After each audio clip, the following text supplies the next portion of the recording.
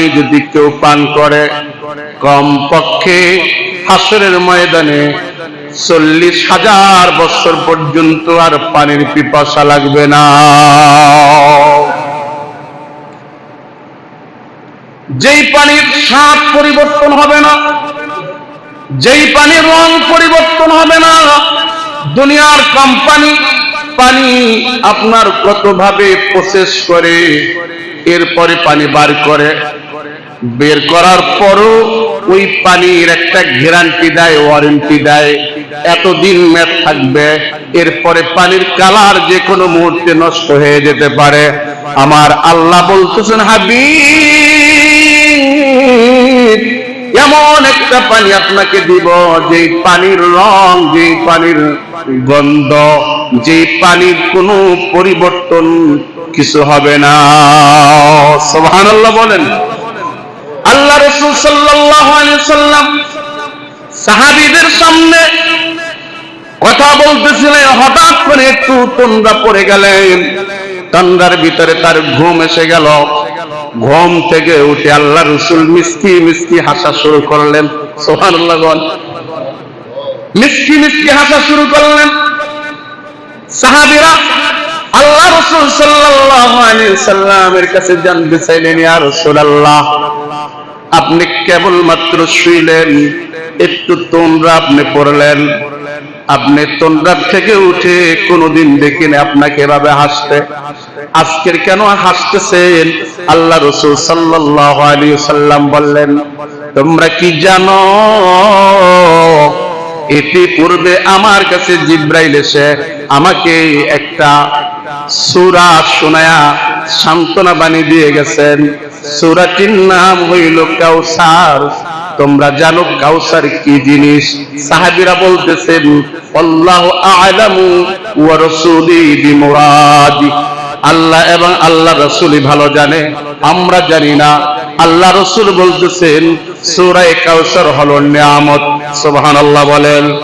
দুনিয়ারও নিয়ামত, আখিরাতেরও নিয়ামত। এই সূরা কাউসার নাযিল করার পরে আল্লাহ রাসূল হাইসা দিয়েছেন, এরপরে আয়াতে আল্লাহ জানিয়ে দিয়েছেন, ফাসাল্লি লিরাব্বিকা ওয়ানহার। সুবহানাল্লাহ। এখানে দুইটা বিষয়, একটা হলো ফাসাল্লি রবের জন্য, রবের সন্তুষ্টির জন্য, আল্লাহ সন্তুষ্টির জন্য নামাজ আদায় করতে হবে, আর ওয়ানহার কুরবানি করতে হবে। কুরবানি হলো দুই ভাবে।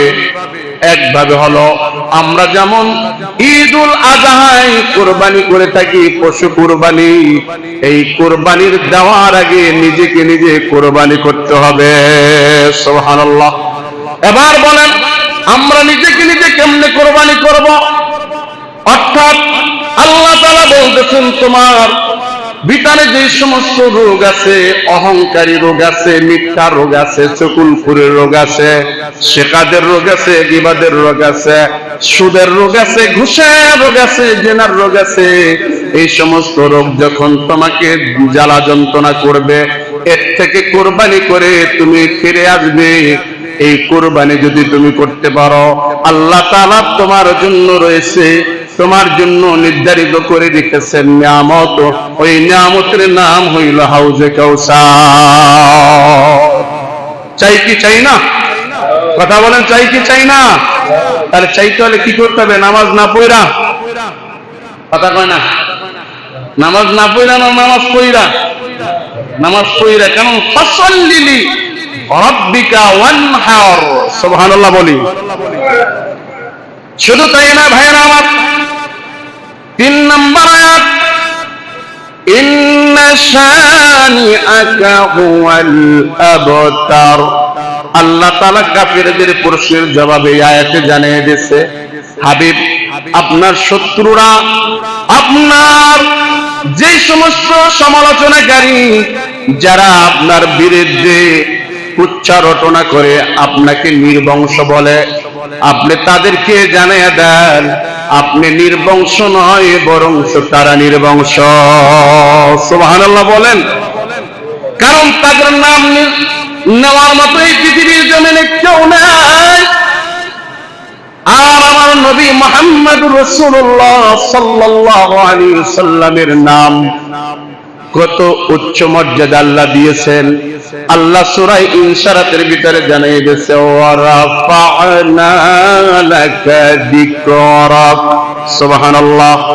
আল্লাহ বলতেছেন, হাবিব, আপনার সুনাম, আপনার খ্যাতি, আপনার মহান চরিত্র, আপনার গুণ বিশিষ্ট সব আমি দুনিয়ার সমস্ত কণায় কণায় পৌঁছায় দিব। সুবহানাল্লাহ। কেমনে পৌঁছায় দেয়?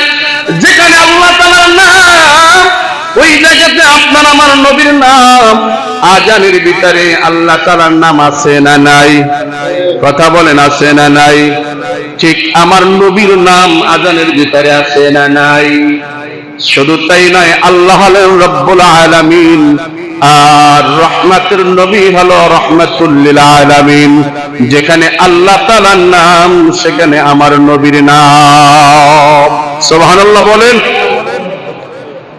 এই জন্য দুনিয়ার মানুষের বলতেছে, তোমাদের আর কতটা ডিগ্রি, হয়তো তুমি ডাক্তার হবে, তুমি ইঞ্জিনিয়ার হবে, তোমাদের একটা লক্ষ্য আছে, এর উপরে তোমাকে কেউ ডাক্তার ছাড়া অন্য কিছু ডাকবে না, মুফতি মুহাদ্দিস ছাড়া অন্য কিছু ডাকবে না। তবে তোমরা শোনো, তোমাকে এই দুনিয়ার মানুষ কয়জন চিনবে? আমার নবী রহমাতুল লিল আলামিন। কাফের মুশরিকরা পর্যন্ত ভক্তি শ্রদ্ধা নিয়ে নাম নাই, কিন্তু কিছু কুলাঙ্কার মুসলমান আছে যারা যার সন্তান নামে পরিচিত, তারাই কেবলমাত্র শুধুমাত্র আপনার আমার নবীর নামটাকে ব্যঙ্গ করে, ঠিক কিনা বলেন? তাদের সম্পর্কে আল্লাহ তাআলা সূরা কলমে জানিয়ে দিয়েছে, উতিল্লিম বাদা যালিকা জালিম।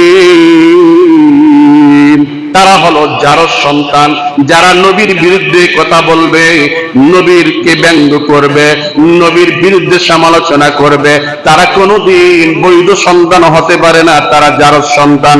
ঘোষণাটা কার? এখন যদি আপনি বলেন, হুজুর এটা কেমন